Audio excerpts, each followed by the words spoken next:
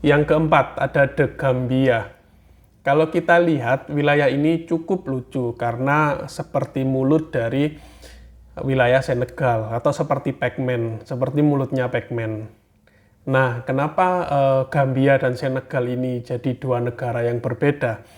Kenapa nggak jadi satu negara saja? Jawabannya simple, karena berbeda penguasanya. Senegal dikuasai oleh Prancis, sedangkan Gambia dikuasai oleh Inggris. Jadi, Inggris menguasai sungai Gambia, sedangkan Prancis menguasai wilayah Senegal yang lebih luas. Prancis sempat ingin merebut wilayah dari sungai Gambia ini, akan tetapi tentu Inggris tidak mau melepaskannya karena menganggap wilayah ini cukup strategis untuk perdagangan.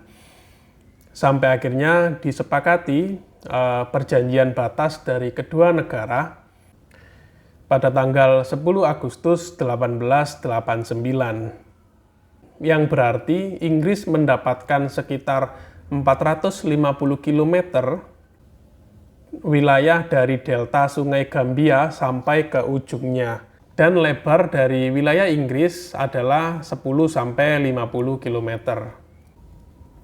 Dan itulah yang menyebabkan wilayah ini menjadi dua negara yang berbeda. Yang kelima, ada Democratic Republic Kongo, atau yang ke depan akan saya sebut DR Kongo. DR Kongo punya dua wilayah yang cukup unik, yakni di sini dan di sini. Yang ini dinamakan Kongo Sentral, sedangkan yang ini dinamakan Kongo Pedicle. Kenapa Kongo bisa mendapatkan wilayah yang seperti ini? Jadi dulu DR Kongo adalah properti pribadi dari Raja Belgia, dan Raja Belgia membuat wilayah Kongo Sentral ini agar dia bisa mengakses wilayahnya melalui laut. Dan karena ada Kongo Sentral ini, wilayah Angola terpisah menjadi dua. Nah, kemudian Kongo Pedicle ini juga cukup unik. Jadi waktu itu Raja Belgia ingin mengambil sebagian wilayah yang dikuasai oleh Inggris di Zambia pada saat itu, karena Zambia punya padang savana yang sangat luas dan Raja Belgia ingin berburu di sana. Tentu Raja Belgia minta seperti itu, Inggris nggak mau. Pada akhirnya Raja Belgia dan Raja Inggris meminta bantuan kepada Raja Italia saat itu untuk menengahi mereka. Nah, Italia yang hanya punya sedikit pengalaman dalam kolonialisme dan kurang expert dalam hal penjajahan, dia menggambar saja garis ngasal untuk wilayah Kongo ke bawah. Dan celakanya hasil dari gambaran Italia ini disetujui dalam konferensi Berlin di tahun 1885, sehingga menyebabkan Democratic Republic Kongo bisa mendapatkan wilayah yang seperti sekarang dan memakan wilayah Zambia saat ini. Kongo Pedicle sendiri berjarak sekitar 200 km ke bawah dengan lebar 70-100 km. Nah, yang keenam ada Kroasia dan Bosnia. Kalau kita perhatikan secara detail di wilayah Bosnia, Bosnia hanya punya sedikit garis pantai, hanya 20 km, sedangkan sisanya dikuasai oleh Kroasia. Dan yang paling unik adalah wilayah Dubrovnik, karena walaupun terpisah dari Kroasia dan nyambung dengan Bosnia, akan tetapi wilayah ini adalah milik Kroasia, sehingga menyebabkan Bosnia hanya punya sedikit garis pantai. Nah, kenapa Kroasia dan Bosnia pembagian wilayahnya seperti ini? Dulu ada dua kerajaan besar yang ada di Eropa. Waktu itu, Kroasia dikuasai oleh Kekaisaran Austria-Hungaria, sedangkan Bosnia dikuasai oleh Ottoman Empire. Dan Dubrovnik sendiri adalah negara boneka dari Ottoman Empire. Nah, ketika dua kerajaan ini berperang, Dubrovnik takut dong kalau tentara dari Kekaisaran Austria-Hungaria bisa sampai ke wilayah mereka. Bisa-bisa mereka akan hancur karena wilayah mereka sangat kecil. Oleh karena itu, mereka menyerahkan sedikit wilayahnya ke Kerajaan Ottoman dengan harapan agar ketika Kekaisaran Austria-Hungaria mau masuk ke wilayah Dubrovnik, mereka akan melewati wilayah Ottoman Empire terlebih dahulu, sehingga tentara dari Kekaisaran Austria-Hungaria ini nggak bisa mencapai ke Dubrovnik. Langkah ini berhasil. Kemudian ketika Ottoman Empire dan Kekaisaran Austria-Hungaria runtuh, muncul Kingdom of Croatia, Serbia, dan Slovenia yang menjadi cikal bakal dari negara Yugoslavia.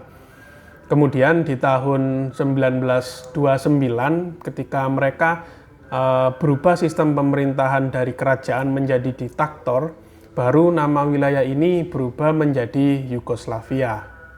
Nah, waktu itu wilayah Dubrovnik dimasukkan ke dalam Banovina atau provinsi Kroasia karena mayoritas sama-sama Katolik. Jadi pemerintah Yugoslavia saat itu mengelompokkan wilayahnya berdasarkan ras, suku, dan juga agama. Jadi Dubrovnik masuk ke dalam Kroasia. Nah, ketika Yugoslavia runtuh di tahun 1991, maka wilayah Kroasia masih membawa Dubrovnik sesuai peninggalan dari Yugoslavia dan menyebabkan pengaturan wilayah Kroasia dan Bosnia menjadi seperti sekarang. Yang ketujuh, ada wilayah Afghanistan. Sekilas nggak ada yang aneh dengan wilayah Afghanistan. Tetapi apabila kita perhatikan lebih detail di bagian timur, kita akan menemukan wilayah yang aneh, yang berbentuk seperti ini, dan menyebabkan Afghanistan berbatasan secara langsung dengan Cina. Nah, kenapa seperti ini?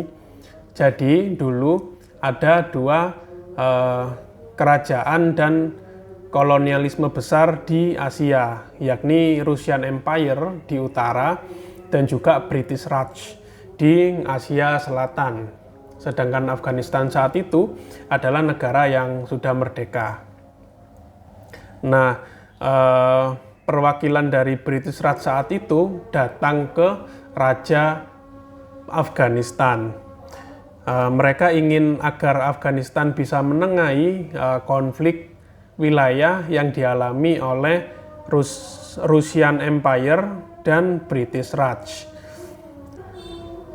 Kemudian disepakati bahwa untuk menengahi wilayah ini, maka British Raj dan Afghanistan sepakat untuk membuat extension wilayah sebagai pembatas antara Russian Empire dan juga British Raj.